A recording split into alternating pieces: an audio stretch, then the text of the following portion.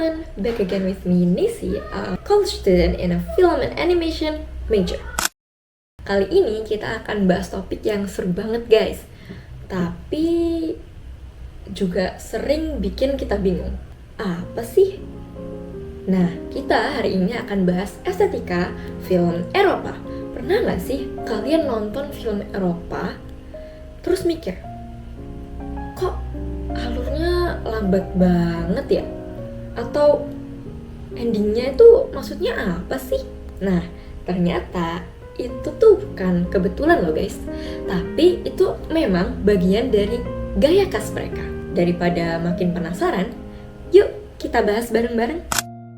Apa sih ciri khas film Eropa? Kalau kita mulai dari visual, film Eropa itu terkenal dengan gaya yang realistis dan natural. Mereka nggak terlalu suka ngasih visual yang terlalu rapi atau yang terlalu dibuat-buat gitu. Pencahayaannya sering menggunakan cahaya yang alami. Lokasi syutingnya juga kebanyakan menggunakan lokasi-lokasi yang nyata, bukan studio. Jadi tampilannya tuh terasa lebih nyata, lebih jujur gitu, lebih dekat dengan kehidupan kita di dunia nyata. Selain itu, mereka juga sering menggunakan teknik long take. Jadi, satu adegan itu diambil secara panjang gitu, tanpa banyak cutting. Kameranya juga cenderung diam. Tujuannya itu bukan buat film itu terasa tegang atau dramatis, tapi supaya para penonton tuh bisa benar-benar merasakan suasana scene pada film tersebut. Kalau dari cerita, kenapa sih kok bisa kerasa beda?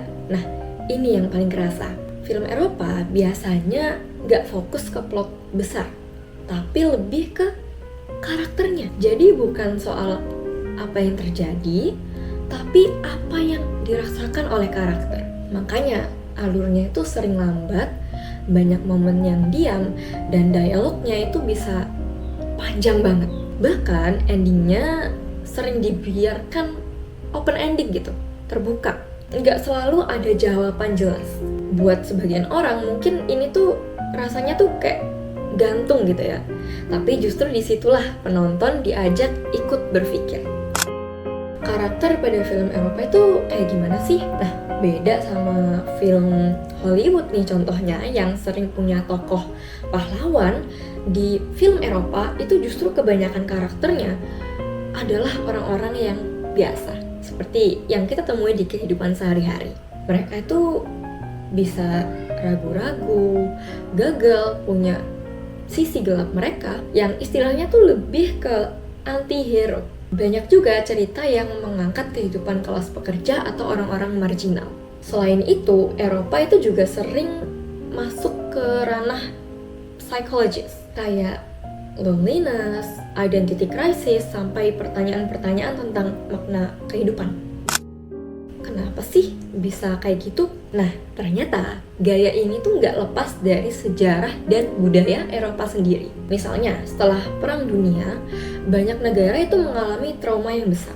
Dari situ muncul gerakan seperti German Expressionisme yang visualnya tuh distorsi, atau Italian Neorealisme yang justru menampilkan kehidupan nyata secara apa adanya.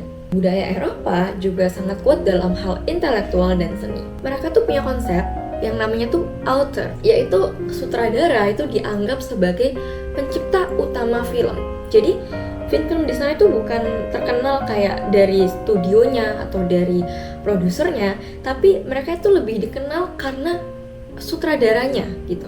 Jadi wajar kalau filmnya tuh kerasa lebih bebas, lebih personal, dan kadang itu eksperimental. Nah, nilai sosialnya itu juga berpengaruh banget di film Eropa ini. Film Eropa ini sering mengangkat isu sosial seperti ketimpangan ekonomi, kehidupan kelas pekerja, atau keterasingan manusia di kota modern. Mereka juga jarang menampilkan konflik black and white. Moralitas dalam film Eropa itu abu-abu, yang artinya tuh nggak ada yang sepenuhnya benar atau salah. Tema seperti identity, multikulturalisme, dan gender itu juga sering muncul, terutama di film-film modern. Kalau dari segi teknik filmnya gimana ya? Kalau kita lihat dari penyutradaraannya, film Eropa itu cenderung lebih artistik dan bebas. Mereka sering menggunakan long take, editing yang enggak konvensional, mise-en-scène yang detail banget, dan musiknya itu minim atau bahkan hampir nggak ada. Semua elemen visual itu benar-benar dipikirin untuk menyampaikan makna, bukan cuman estetika. Sebenarnya tujuan film Eropa itu apa sih? Nah, ini nih yang penting. Film Eropa itu bukan cuman sekedar untuk hiburan semata.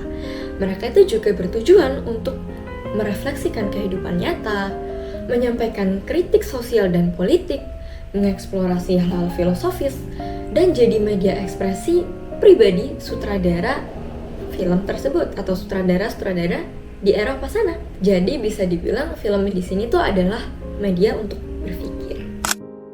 Terus penonton nanggepinnya gimana? Kalau di Eropa sendiri, film seperti ini itu justru dianggap sebagai karya seni tinggi atau high-end art gitu guys.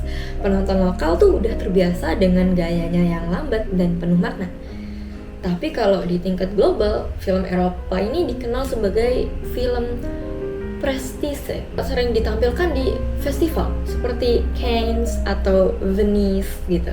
Kalau di Indonesia sendiri, responnya sih cukup beragam ya. Ada yang sangat apresiatif, terutama di kalangan akademisi atau sinefil. Tapi penonton umum kadang ngerasa filmnya tuh terlalu lambat atau sulit dipahami. Walau gitu, banyak sinias Indonesia yang justru terinspirasi dari gaya Eropa ini. Jadi, kita bisa simpulkan, kalau estetika film Eropa itu menekankan realisme, kedalaman emosi, dan kebebasan artistik. Mungkin nggak selalu mudah dipahami, tapi justru disitulah kekuatannya. Film bukan cuma untuk ditonton, tapi juga untuk dirasakan dan dipikirkan. Oke, mungkin segitu dulu pembahasan kita hari ini. Ternyata seru banget ya, membahas film dari sudut pandang yang berbeda. Thank you udah dengerin. See you and I see you.